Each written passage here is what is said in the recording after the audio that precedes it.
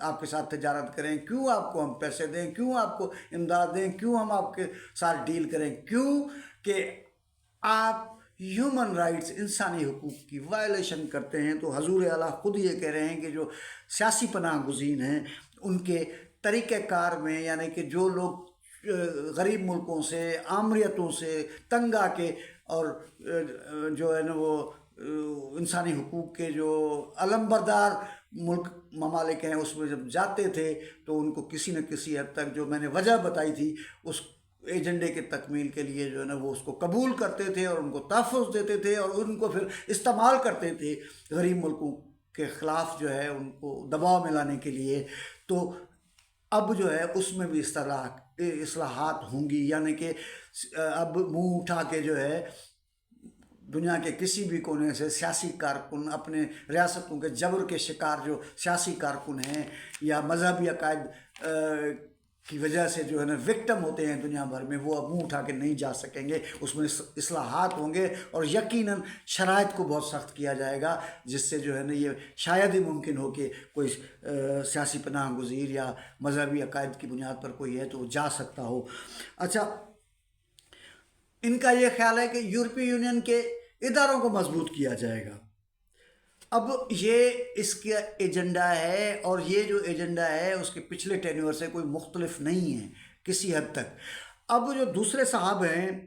لی پین، وہ لگتا ہے کہ فرانس کی جو قومی تشخص ہے اس کو مضبوط کرنے کی کوشش کر رہے ہیں، اپنے اس ایجنڈا کو اگر وہ منتخب ہو گئے تو اس کی تکمیل کی طور پر۔ اب وہ کیا کہہ رہے ہیں؟ وہ یہ کہہ رہے ہیں کہ ٹیکسز میں کمی کریں گے، یعنی عوام کو کچھ ریلیف دیں گے، نوکرشاہی کو کم کریں گے۔ یہ ظاہر ہے جب نوکرشاہی کم ہوگی، سرکاری نوکرشاہی، تو اس کے اخراجات بچیں گے، اور وہ ان کا یہ خیال ہے کہ وہ سوشل ویلفیئر کے اسکیموں میں اس پیسے کو ڈالیں گے۔ فرینچ انڈسٹری کو تحفظ دیں گے، مضبوط نہیں کریں گے، تحفظ دیں گے۔ اس کا مطلب یہ ہوا کہ یہ یورپین یونین کا کباڑہ کریں گے۔ یورپین یونین کے جو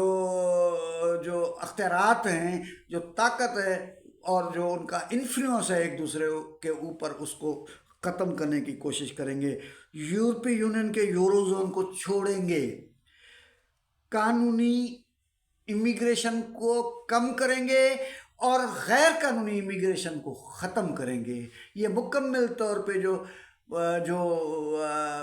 برجوازی ہے، فرینچ برجوازی ہے یا فرینچ جو سرمایہ دار ہے، جو ان کے عالمی سرمایہ کے اندر کے جو مقابلے کی دوڑ ہے اس میں تھوڑا سا پیچھے ہوتے ہوئے نظر آ رہا ہے، لہذا اب یہ اپنے نمائندے کو ان کاموں کے لیے مجبور کریں گے، اور ایک فرینچ نیشنلسٹ کے طور پہ، ایک فرانسیسی قوم پرست کے طور پہ جو ہے نا وہ یہ اپنی شناخت بنانے کی کوشش کر رہے ہیں۔ اس کے علاوہ جناب یہ جو ہے وہ دہشت گردی کے ختم کرنے کے لیے اینٹی ٹیررسٹ جو ایکٹیویٹیز ہیں ان کو بڑھائیں گے۔ یورپی یونین کا یہ کہہ رہے ہیں جی معاہدہ ہی ہم ختم کر دیں گے، ختم نہیں کریں گے، سوری، ہم اس کو ری نیگوشیٹ کریں گے۔ اب ری نیگوشیٹ کا مطلب کیا ہے؟ پھر آگے جو اس کا نقطہ ہے اگلا، اس میں یہ کہتا ہے کہ ہم جو ہے یورپی یونین کے اندر رہتے ہوئے یورپی یونین کی ممبرشپ ہمارے پاس ہونی چاہیے یا نہیں ہونی چاہیے، اس پہ ہم عوامی ریفرنڈم کروائیں گے۔ اس کا مطلب یہ ہے کہ اس کا ارادہ یہی ہے کہ یورپی یونین سے نکلا جائے، اس لیے کہ یوکرین جو رشیا جنگ ہے اس کے بعد جس طریقے سے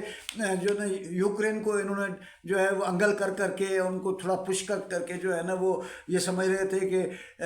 رشیا کو جو ہے وہ تھریٹ کر دیں گے، تو رشیا نے آگے سے ان کا گیس ہی بند کر دیا بھائی۔ جب اس نے گیس بند کر دیا تو پورا یورپ جو ہے وہ ایک مہنگائی اور صنعتی جو پروڈکشن کے بحران کا شکار ہو گئے۔ اور مطلب جو ویسے امریکیوں کی جو ہے نا، امریکی تو جیسے ہم ادھر کتوں کو جو ہے وہ جو ہے نا وہ پچ کر کے کسی سے لڑاتے ہیں نا، مطلب اسی طریقے سے امریکی براہ راست کم ہی آتے ہیں، وہ کسی اور کو لڑاتے ہیں۔ تو اس دفعہ یورپین بھی ان کے کام آ گئے، یورپی یونین بھی اس کے کام آ گئی، لیکن ہوا کیا کہ وہ یوکرین تو جنگ آ رہا ہے، جس کے پھر پولیٹیکل اور سائیکالوجیکل اثرات جو وہ پیدا ہوں گے وہ تو ہوں گے ہی، وہ تو بات کی بات ہے، لیکن فی الوقت جو یورپین یونین کے بڑے ملک جرمنی اور جو فرانس کی جو معیشت برباد ہو رہی ہے، تو اب اس کو یہ سہارا دینے کی کوشش کر رہے ہیں فرینچ جو ایک نیشنلسٹ کے طور پہ یا فرانس کے سوشل ڈیموکریٹ کے طور پہ، جو بھی مطلب آپ اس کو نام دے سکتے ہیں اس پروگرام کے نسبت سے، جو اس کا معاشی ایجنڈا ہے، جو مینیفیسٹو ہے اس کے نسبت سے، تو یہ جو فرانس ہے اس کا جو یہ دوسرا جو ہے لی پین جو رن میں سیکنڈ نمبر پہ ہے، جو پچھلا جو مرحلہ طے ہوا ہے اس میں، لیکن مجھے یوں لگ رہا ہے کہ یہ جو ہے کچھ بہتر پرفارم کرے گا، اس لیے کہ فرانس کی جو معاشی حالت ہے اس میں اس کا جو پروگرام ہے نسبتاً اٹریکٹیو ہے، اور ویسے بھی جو ہے نا یورپی یونین کا جو ہے وہ خاتم البل وہ جو ہے نا وہ خاتمہ ہونا ہے، اور یہ بہت پرانا تجزیہ ہے، ہماری سوچ، ہمارے رجحان اور ہماری جو خیالات کے لوگ ہیں ان کا، پہلے یو کے نکلا ہے، اس کے بعد یہ فرانس نکلے گا، اور الٹیمیٹلی اگر جرمنی بھی نکلتا ہے تو پھر چھوٹے چھوٹے ملک جو ہے نا یورپی یونین میں رہ کے تو یورپی یونین کا کیا اچار بنائیں گے، تو اس نے خاتمہ ہونا ہے، اور دنیا ایک نئے فیز میں، سیاسی اور معاشی فیز میں داخل ہونے والی ہے، اور فرانس کا جو انتخابی یہ موقع ہے وہ اس کے لیے بہت ہی اہم ہے۔ آج کی گفتگو یہاں پہ ختم کرتے ہیں، اگلی مرتبہ کسی اور ٹاپک کے ساتھ آپ کے خدمت میں حاضر ہوں گے، اجازت دیجیے، بہت شکریہ، تھینک یو ویری مچ، اپنا خیال رکھیے گا۔